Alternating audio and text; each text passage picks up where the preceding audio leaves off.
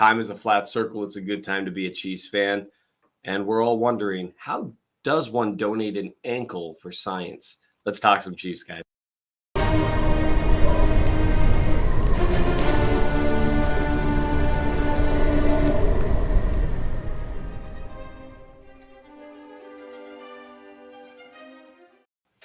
Welcome to Monday Morning with Chief of the North. I am Seth Kaiser, the Chief of the North. It is great to see you all today, as once again, we are here in the same place that we've been this for the 5th year in a row, celebrating the Chiefs making the AFC Championship. Something that, keep in mind, before the Patrick Mahomes era, never happened.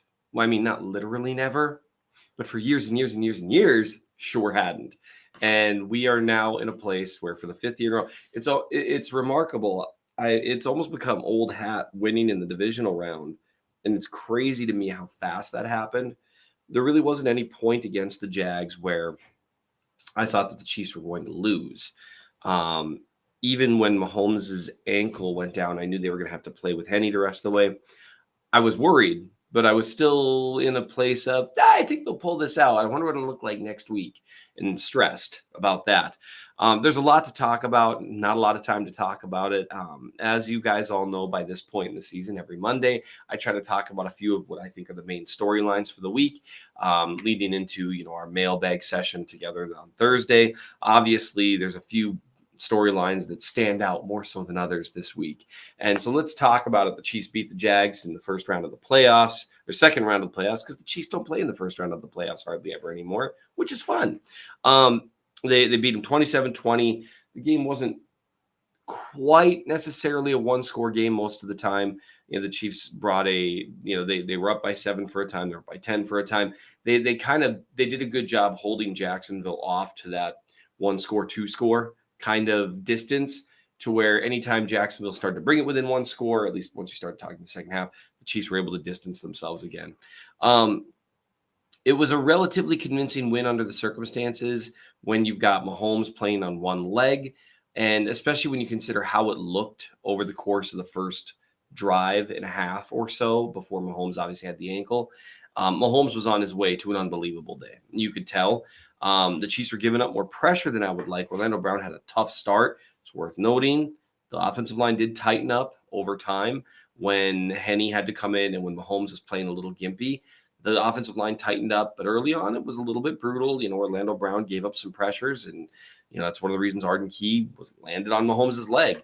But they tightened up over time. You saw them do the things that they needed to do, but I think they were on their way. They were still in their first script when Mahomes got injured, and you could tell that they'd found some things to poke at and pick at, and I think they probably would have hung 35-40. They still scored 27 with Chad Henne and Mahomes on a gimpy leg. So it was a relatively convincing win under the circumstances, and that was despite Trevor Lawrence playing a pretty good game and Doug Peterson calling up a pretty good game.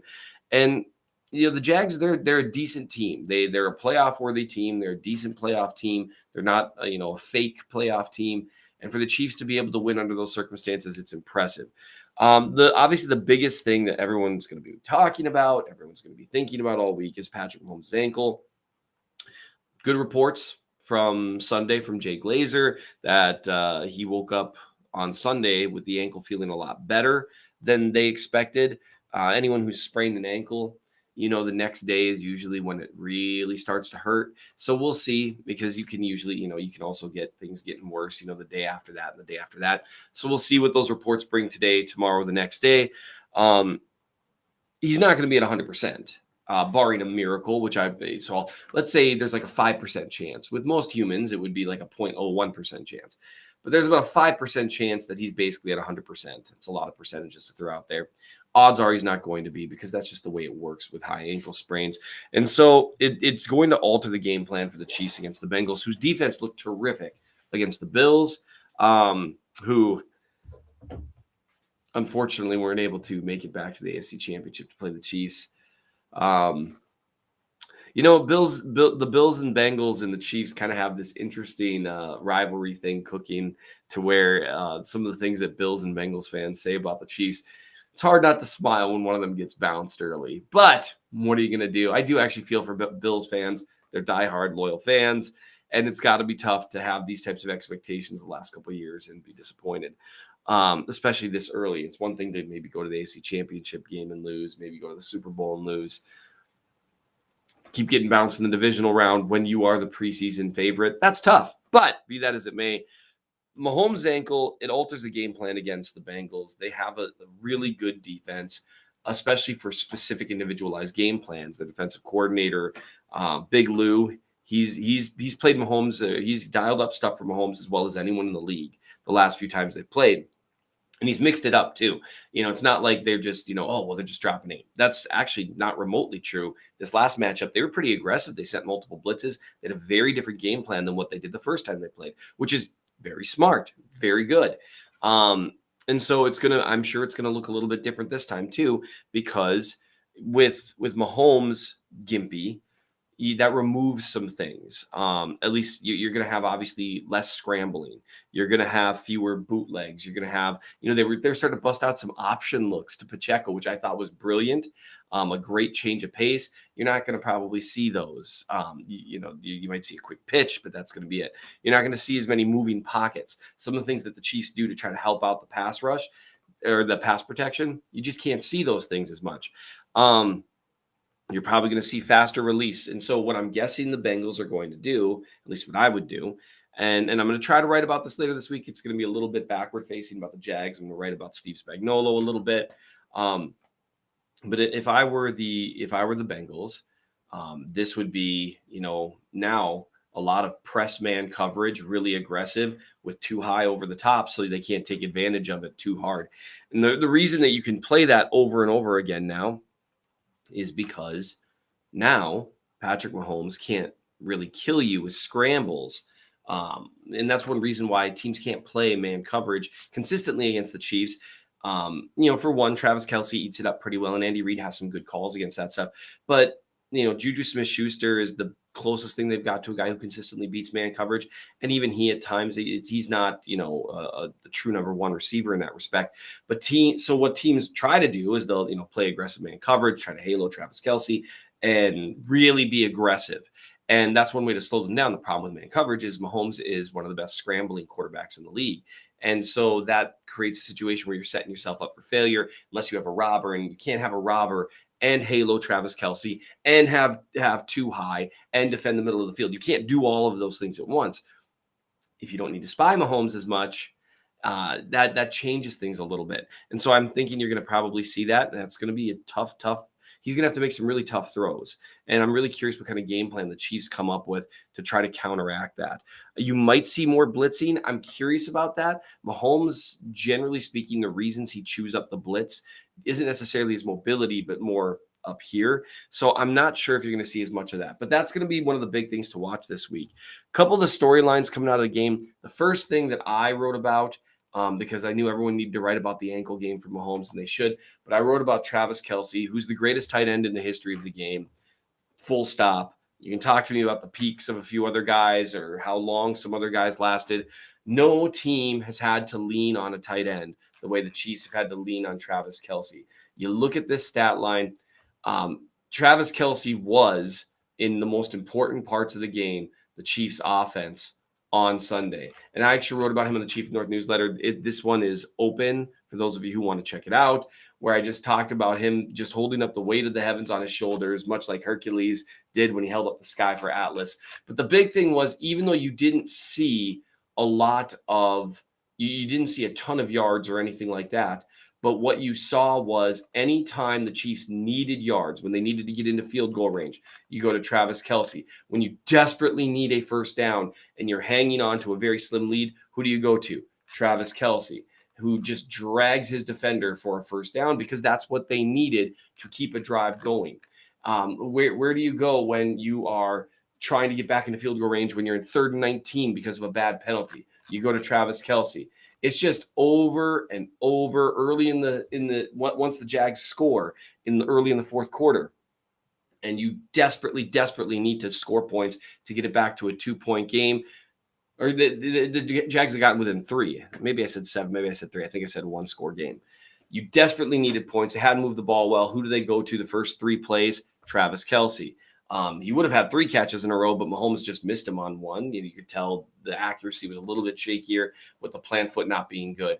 But just little routes like this. This is one of my favorite things about Travis Kelce right here. This looks really, really easy. And this is one of my points with Travis Kelce. And I write about it at length, but I want to talk about it just briefly here. Kelce makes this look easy. It's not. Knowing exactly what the coverage is doing, how to widen out your route just far enough right here. He sees that what Allen's doing. He knows that he's going to have a secondary player over the top here because of this zone look. And he knows just to widen it out just a bit, but not too far because you don't want to put yourself in a position to get hit the second you're getting the ball and have a contested catch. So he widens it out, just a perfect spot for Mahomes to hit him quickly, and you get a first down.